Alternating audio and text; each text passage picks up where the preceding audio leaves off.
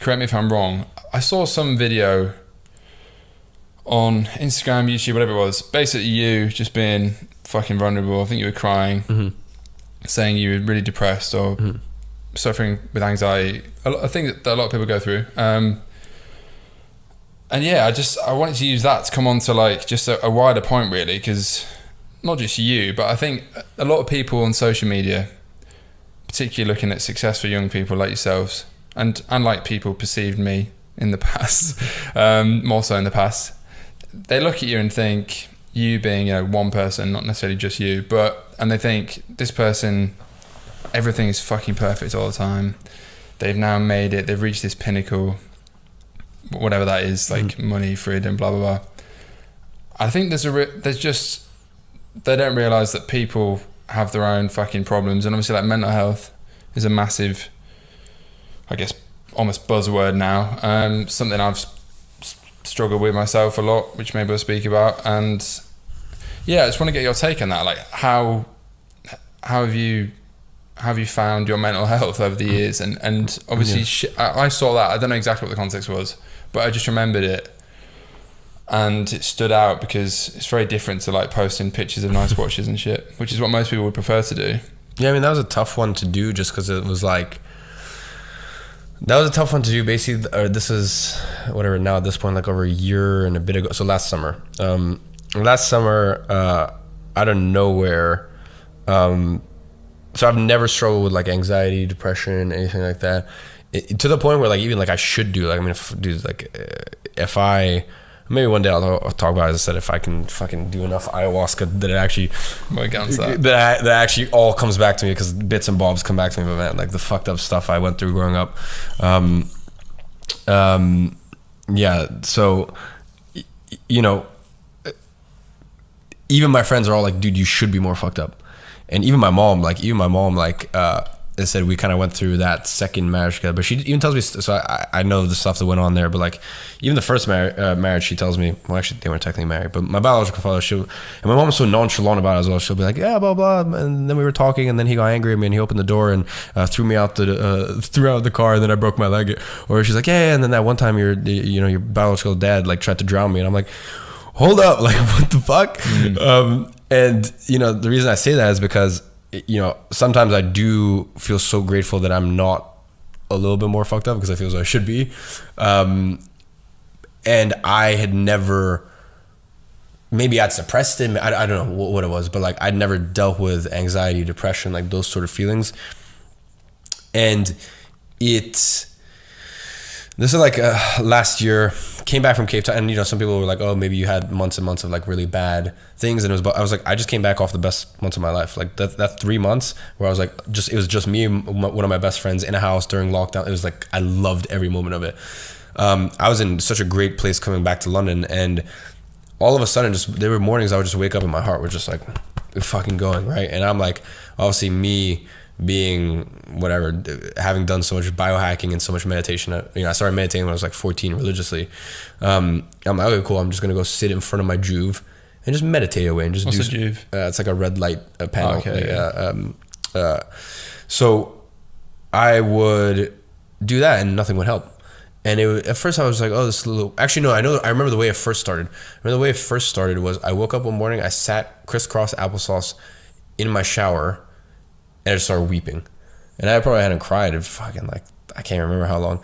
And it was just super weird, and I didn't really think much of it at the time. But I said, what started happening from there was every single morning this was going on. And it got to a point eventually where like, it was the weirdest fucking thing ever. From like 8 until, from the moment I woke up, so like, where let's say like 8 until 5 o'clock, I would wake up and my heart would be going.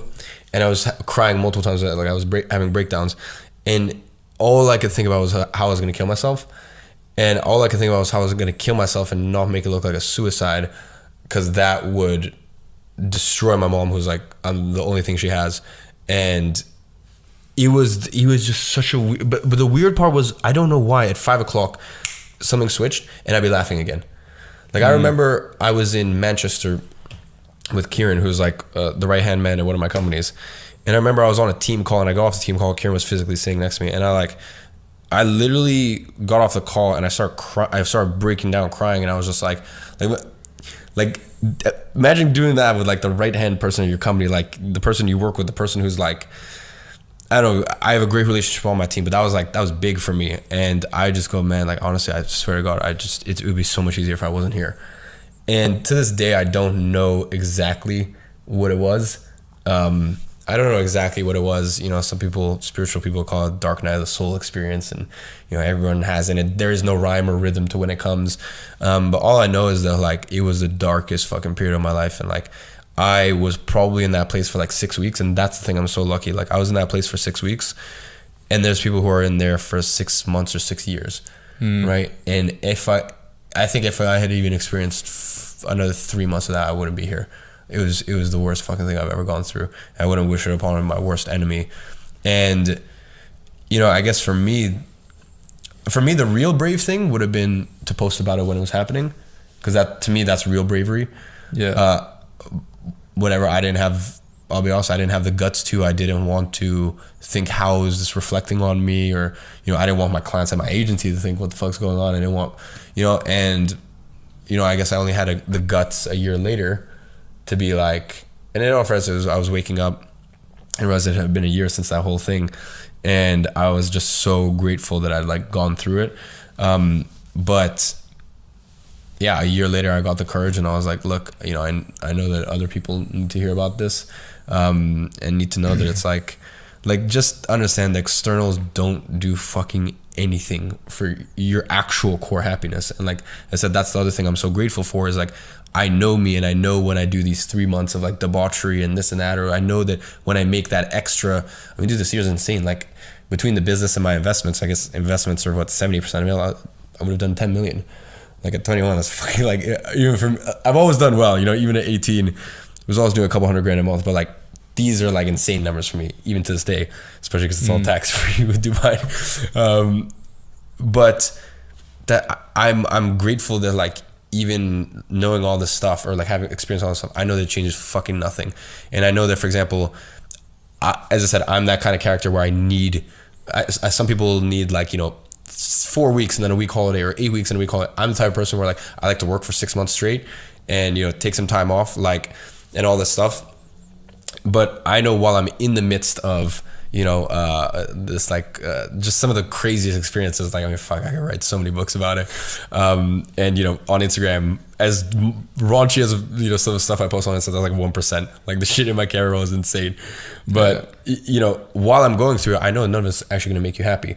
And the reason I say this is because you also need to look under the hood, because a lot of times when someone is winning the most, or they look like they're winning the most, is when they're under the hood, things are the worst, right? And that's also, you know, that's actually why I'm going back to Dubai. I'm doing something new called a pride detox. I'm detoxing anything in my life that gives me a sense of pride. No watches, no nice cars, rap music, no rap music for a month. Like anything that gives me the sense of like, all the shit. Yeah, exactly. Because I think sometimes you need to disconnect from that.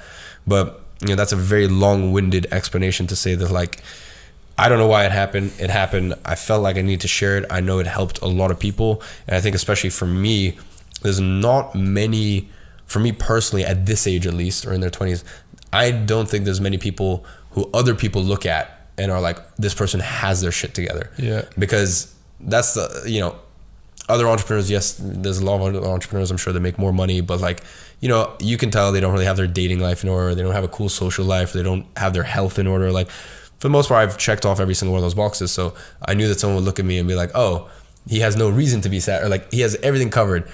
And I think it was really cathartic for other people to be like, holy fuck, this person was battling their own demons. And, you know, I still do to this day. It's never been that intense, but it's, I mean, dude, like I've actually probably never shared this. I've worked with many therapists. I work with a therapist right now because like none of this external stuff, I think this external stuff amplifies it even more. And as stuff gets more and more crazy in my external, it highlights more and more of the internal work that I need to do. And I need to do a lot of fucking work.